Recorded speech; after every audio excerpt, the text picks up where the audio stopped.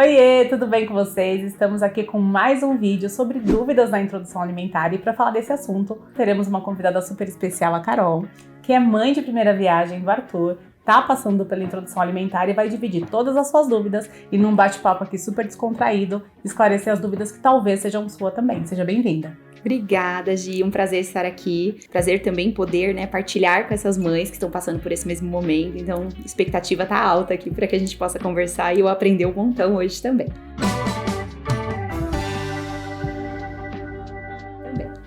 Aproveitando você que está acompanhando esse vídeo, não deixa de se cadastrar na newsletter do De Mãe em Mãe, link aqui na tela, link na descrição, e receber todas as semanas conteúdos, cursos, workshop, e-book, tudo que acontece aqui no De Mãe em Mãe. Mas vamos ao que interessa. Carol, divide com o pessoal qual foi sua primeira dúvida quando o assunto foi introdução alimentar. Pode deixar, Gi. Nossa, foi algo assim que eu me lembro até... Bom, vou ter que fazer a introdução alimentar e agora? Uma dúvida que me surgiu muito clara, assim, e forte foi: eu de fato preciso começar pela fruta? Ou eu poderia começar, por exemplo, com milho, com uma cenoura ou com algum outro legumes? Então, essa é uma dúvida que realmente eu tive, eu tenho ainda, Queria que você contasse um pouquinho pra mim. Bem pertinente, assim, antigamente tinha-se a cultura de iniciar pela fruta. Então iniciava-se pela fruta e tinha um passo a passo meio tradicional de acontecer. Hoje nós sabemos que pode ser iniciado com qualquer alimento, a partir dos 6 meses, com sinais de prontidão presentes, a criança está apta para receber qualquer alimento sólido. Na prática, no dia a dia, pensando na nossa rotina e até na digestibilidade dessa criança, a gente inicia pelas frutas ou por um legume por eles serem de mais fácil digestibilidade. Você digere melhor uma fruta do que você digere um feijão.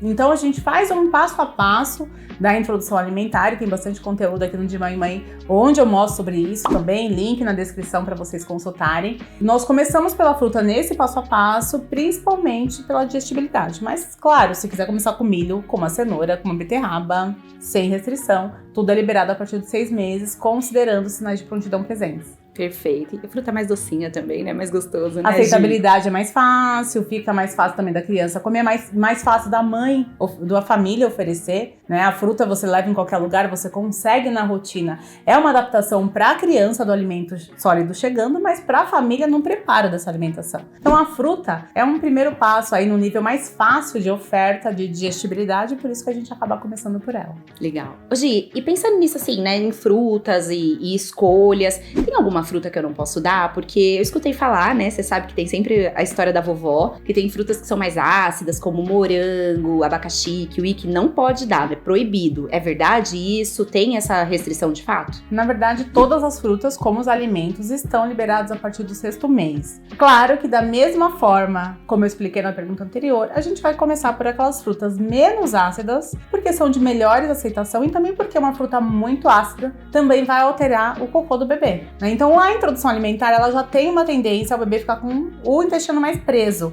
Ele tá adaptando com aquele alimento sólido. Você vai colocar uma fruta muito ácida no meio disso, nesse momento de tanta novidade, pode causar assadura. Influencia no cocô do bebê.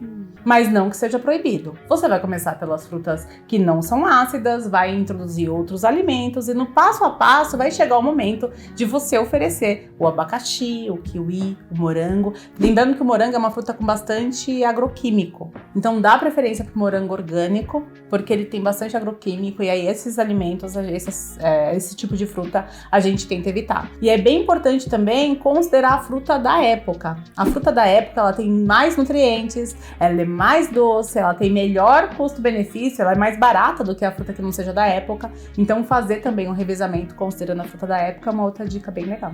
E aproveitando essa questão das frutas, existem sim alimentos que são proibidos, como o sal, que apesar do novo manual, novo guia alimentar de 2019, que já é tão novo assim, Mas ele diz que o sal ele pode ser introduzido na introdução alimentar porque lá visa saúde pública, Então eles consideram que as famílias não têm condições de separar uma comida sem sal para a criança. Tem que ser o que a maioria das pessoas conseguem fazer. Por isso que lá eles liberam o sal, sendo que o sal da família tem que ser em pequena quantidade. Mas na prática, que família que tem sal em pequena quantidade? Nenhuma. Por isso que na prática, ali no consultório individualmente, a gente continua orientando a comida sem sal para o bebezinho.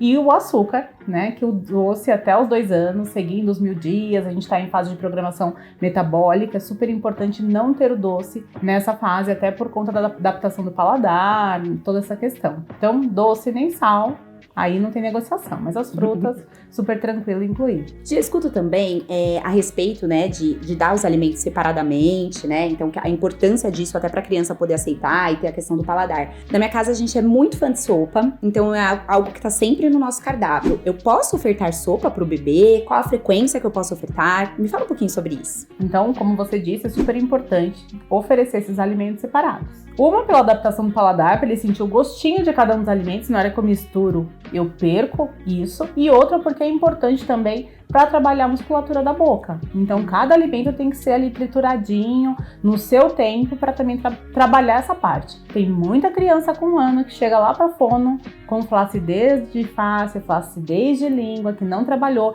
não consegue comer carne, só toma leite, porque a introdução alimentar não foi bem conduzida. Então é bem importante. Mas claro, se um dia ou outro tiver a sopinha, não é isso que vai atrapalhar. Desde que, na maior parte do tempo, seja o alimento separadinho e oferecido individualmente. E aí fica muito difícil, assim, mas quando é maioria? Quando não é maioria? É isso que eu ia perguntar. Porque a gente fala, a maioria é quanto? Então vamos falar, a gente tá falando de 14 refeições. São 7 dias da semana, almoço e jantar. Se desses 14 dias eu tiver na sexta-feira uma sopinha e no sábado uma sopinha, tudo bem. Então, de 14 2 vezes, isso é exceção.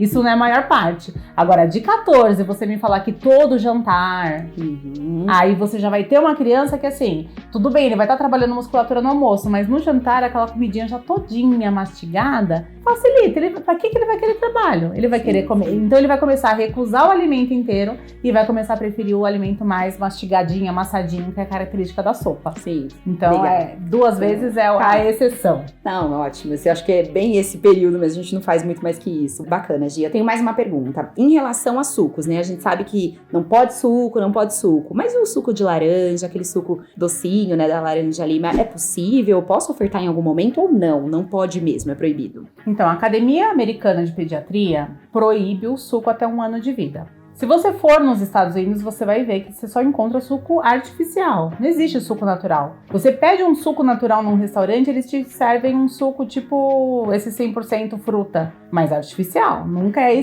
da fruta, como acontece aqui no Brasil. Então a academia lá, ela proíbe o suco. A partir de 1 ano que você pode introduzir 100 ml por dia, ainda bem restrito. No Brasil, a Sociedade Brasileira de Pediatria acatou a mesma recomendação. Então, aqui no Brasil, o suco é proibido até 1 ano e a partir de 1 ano pode-se inserir 100 ml de suco. Isso acontece por 2 motivos. Porque na hora que você dá o suco concentrado da fruta, você dá excesso de frutose. E aí tem um grande problema, porque a frutose do suco artificial, ela é mega prejudicial. A da fruta, lógico, que em excesso não faz bem, mas não tem o mesmo prejuízo. As pessoas acabam atacando o suco de fruta natural, considerando o suco artificial, né? Mas, de qualquer forma, o suco mesmo natural para um bebezinho é uma carga grande de frutose, é uma carga grande de suco. Para fazer 200 ml de suco de laranja, você vai usar 5 laranjas no dia. Então, você estoura a quantidade de fruta, de vitaminas, minerais da criança em relação a isso. Então, até 1 ano sem suco. E também porque, se você começa a dar o suquinho, fica prático, fica fácil para a família e para o bebê.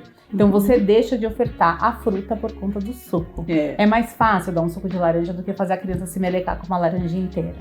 Então, o suco até 1 ano não deve ser dado por esses 2 motivos, salvo exceções que são avaliadas individualmente. Vou dividir um pouco da minha experiência com o Murilo. O Murilo começou a introdução alimentar, era super obstipado, super ressecado, o intestino não funcionava, não adiantava. Tomava água, só que a criança de 6 meses não toma água no mesmo volume que uma criança de 8, 9 meses. Ela tá começando a aprender a tomar. O leite materno não dá conta da quantidade de líquido, até porque eu já estava trabalhando, ordenhava, então a oferta de leite já não era livre demanda, assim, a todo momento, porque era o leite ordenhado.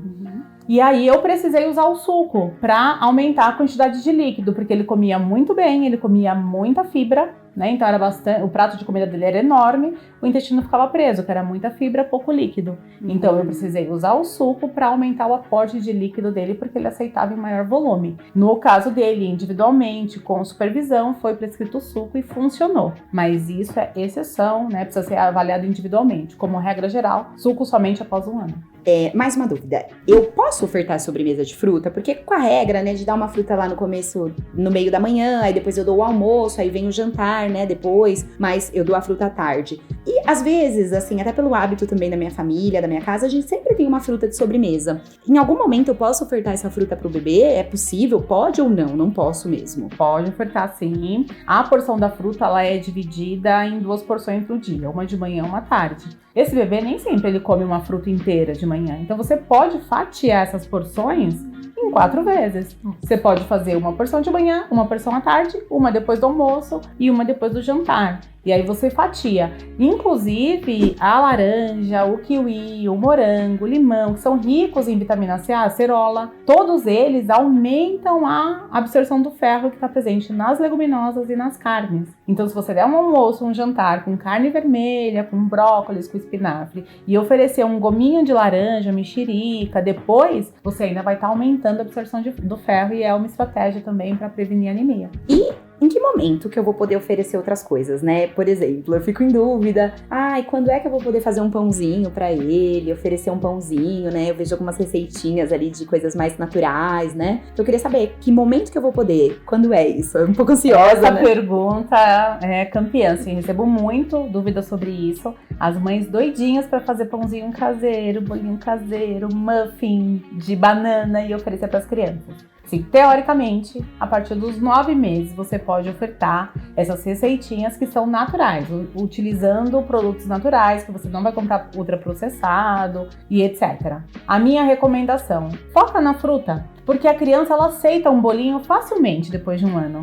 Mas a fruta, ela não vai aceitar tão facilmente, ela vai começar a restringir. E a gente tem um cardápio tão grande de fruta no Brasil, a gente está num país tropical, existe tanta fruta diferente, além da banana, laranja, maçã, pera, existem tantas outras frutas que podem ser ofertadas, que é importante aproveitar a introdução alimentar para esse momento. Se você revezar as frutas até os 12 meses, ainda não vai dar a capacidade de todas as frutas. E se você introduzir o bolinho, é da mesma forma. É muito mais fácil levar um bolinho no passeio do que uma manga picadinha, por exemplo. Faz menos meleca, então você vai cada vez mais optando pelo mais prático, que nem sempre está dentro da fruta, da verdura, do legume. Então aproveita até 12 meses e dá fruta, deixa os bolinhos para depois. Nossa, Gi, obrigada, é muito legal saber disso e você tem toda a razão. A gente vai sempre nos mais práticos e acho que esse estímulo, saber da importância desse estímulo da fruta pra mim tá sendo sensacional, porque eu já queria inventar várias receitas, então vou segurar e vou focar na fruta. Obrigada.